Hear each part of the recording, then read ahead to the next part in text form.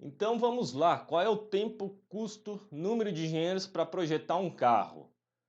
Alguns números só para vocês terem noção, porque a indústria automobilística é a indústria mais complexa do mundo, não só em termos de produção, mas também de engenharia. Imagine que tudo que está no carro tem que passar por algum tipo de teste, um mais simples, outro mais complexo, mas muitas vezes o carro como inteiro tem que passar por diversos testes severos. A gente vai ter outra live discutindo isso daí.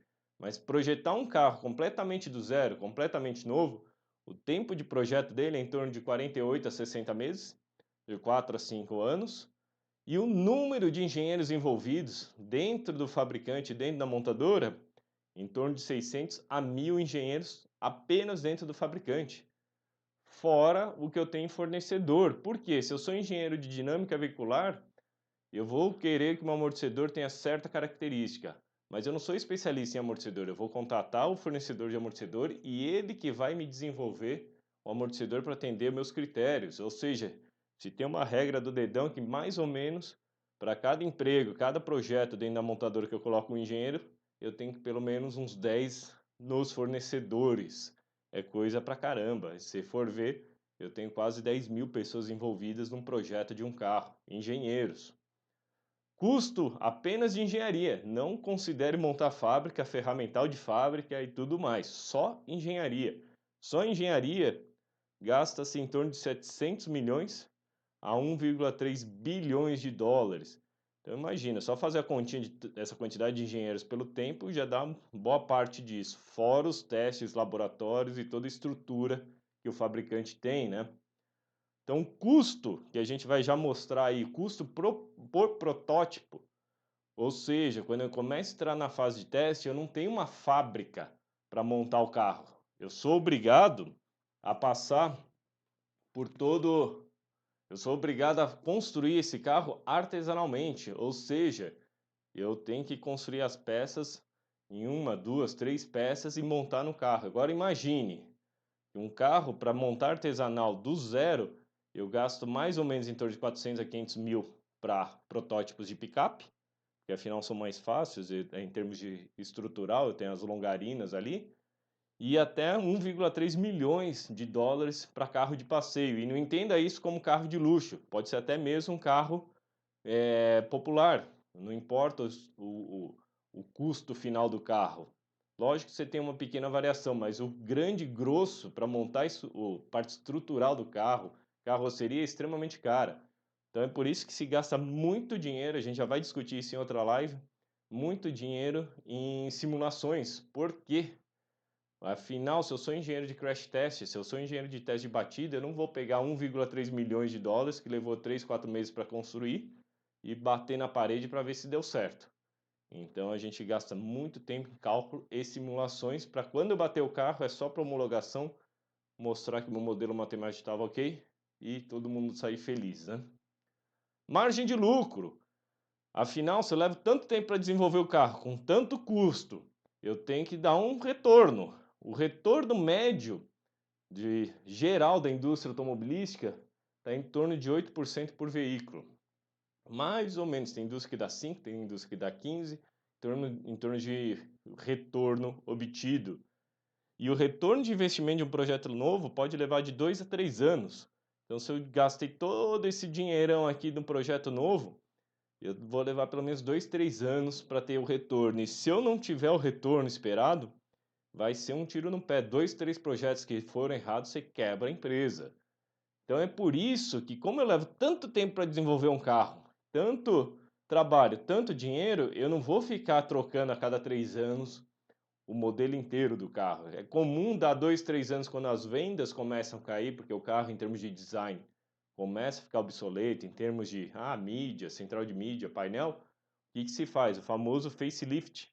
Então, o facelift é o gasto, dependendo do facelift, 100 milhões, 200 milhões. Dou um tapa no carro ali no para-choque, farol, um painel diferente e dou um respiro nas vendas. Se eu consigo fazer isso, legal, eu dou um bom retorno. A gente tem projetos aqui no Brasil que você vê que tem carro rodando há 15, 20 anos, o mesmo carro só recebeu alguns tapinhas. É justamente para dar vazão, dar retorno do investimento, fora quando eu tenho investimento de uma fábrica nova. E aí você vê que se eu consigo prolongar as vendas, é muito melhor do que eu ter que gastar tudo num projeto novo. Produzir. Como que eu produzo o carro?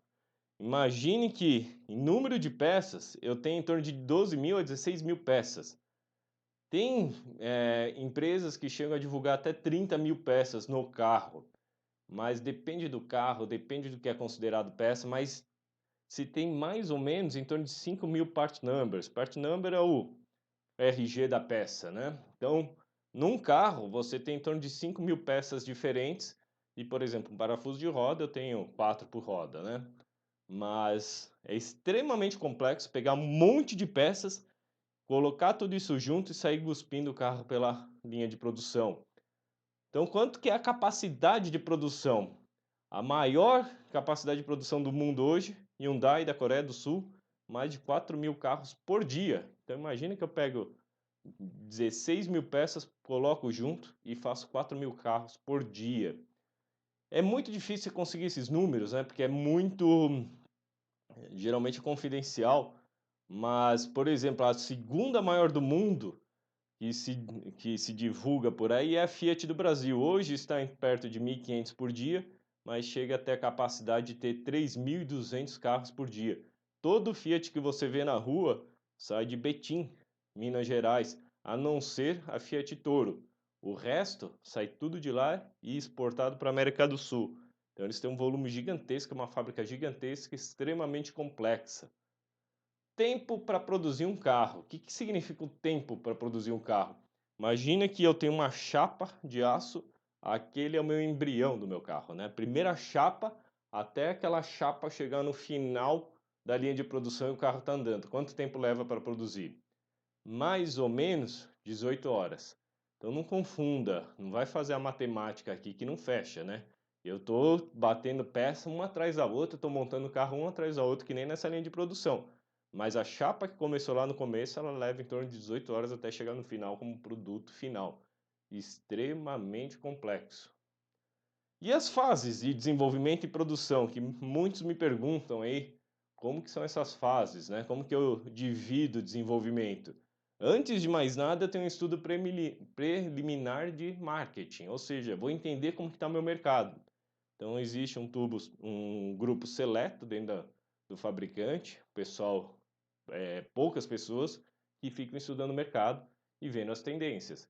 Imagina quão complexo, quão difícil é o trabalho desse pessoal que eles têm que imaginar um carro que vai levar 5 anos para ser projetado e pelo menos mais 5 anos de vida. Ele tem que imaginar como vai ser o mundo daqui a 10 anos, em termos de estilo, em termos de cores, em termos do que o cliente quer. É muito, muito complexo. Uma vez que tem esses estudos preliminares, fala, dá para fazer um carro mais ou menos assim para tais países, ou um carro assim para mercado global. Eu tenho um início de projeto. Ali eu começo a fazer algumas contas, comparar a concorrente, ver o que eu tenho de prateleira em termos de motor, transmissão, chassi, suspensão, etc., para ver se eu consigo atender o que o marketing me pediu. Se eu não tiver, eu vou ter que desenvolver. Se eu tiver, melhor ainda, né? Facilita a vida. Uma vez que passou do início do projeto, você está fazendo todo o estudo da sua concorrência, viabilidade, se eu consigo usar o meu motor, se eu vou ter que fazer um motor novo, se eu vou ter que fazer uma transmissão, uma suspensão nova, se define a estratégia, que se diz estratégia confirmada. Tudo isso aqui não tem nada físico, é tudo cálculo, tudo simulação, tudo desenho. Continuo quebrando a cabeça até chegar à aprovação do projeto. Daqui, início de projeto, até a aprovação do projeto, 2 a 3 anos, mais ou menos metade do caminho aí do desenvolvimento total.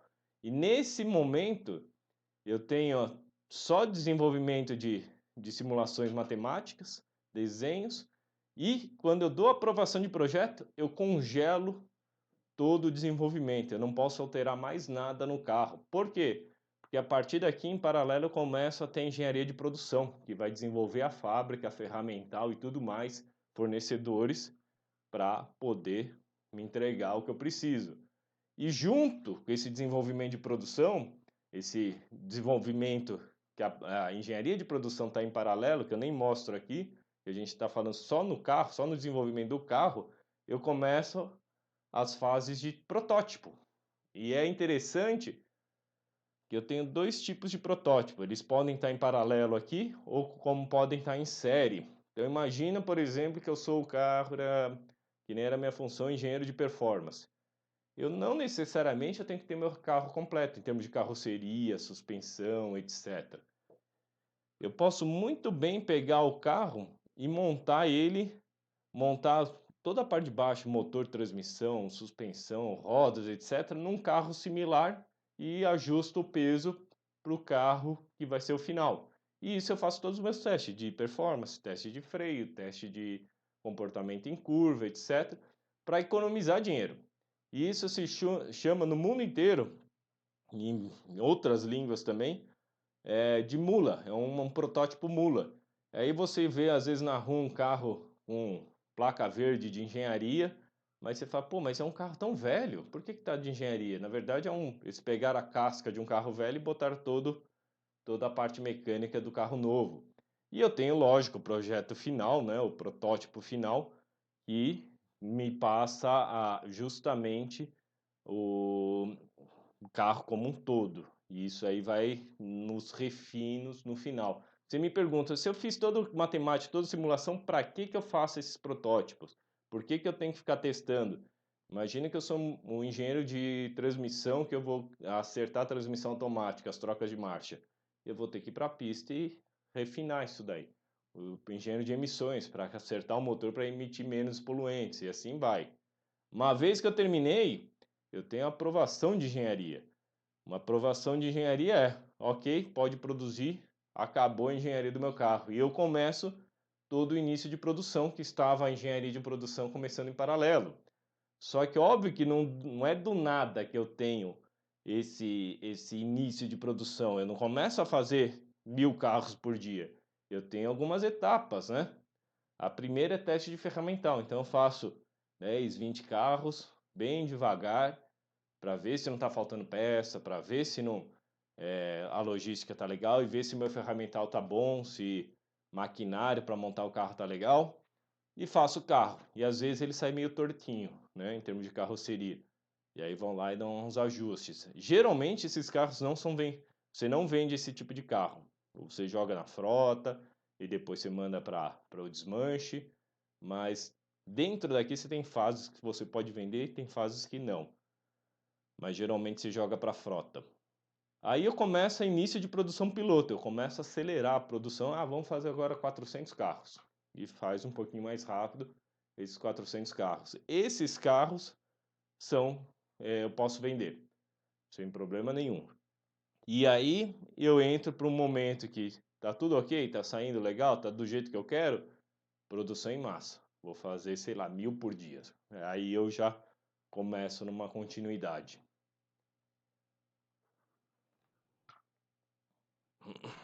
E aí o que eles mostram nesse vídeo? Tem um teste, crash test de batida, mas eles mostram toda a simulação e o estudo do carro antes de bater o carro real.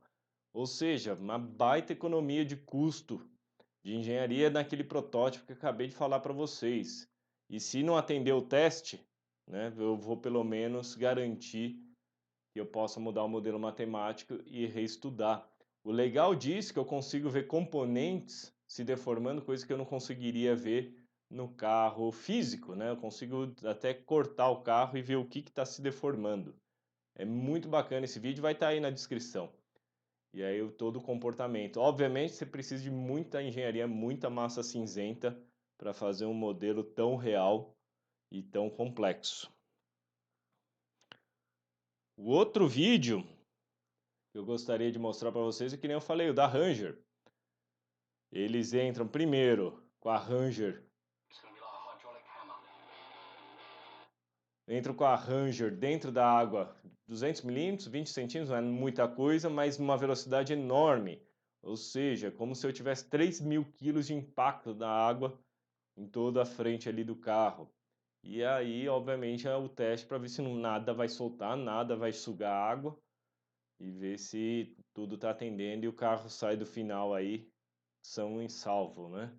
E aí o próximo teste que eles fazem é de 800 milímetros para conferir, né? Confere depois do teste de 200 milímetros se está tudo ok.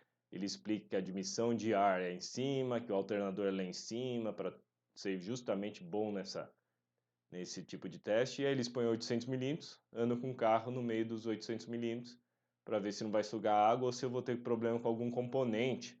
O legal é que eles não só passam, como eles deixam o carro funcionando com carga máxima, 1 tonelada quase, na carga máxima, deixa o carro funcionando por mais de 1 hora dentro do reservatório.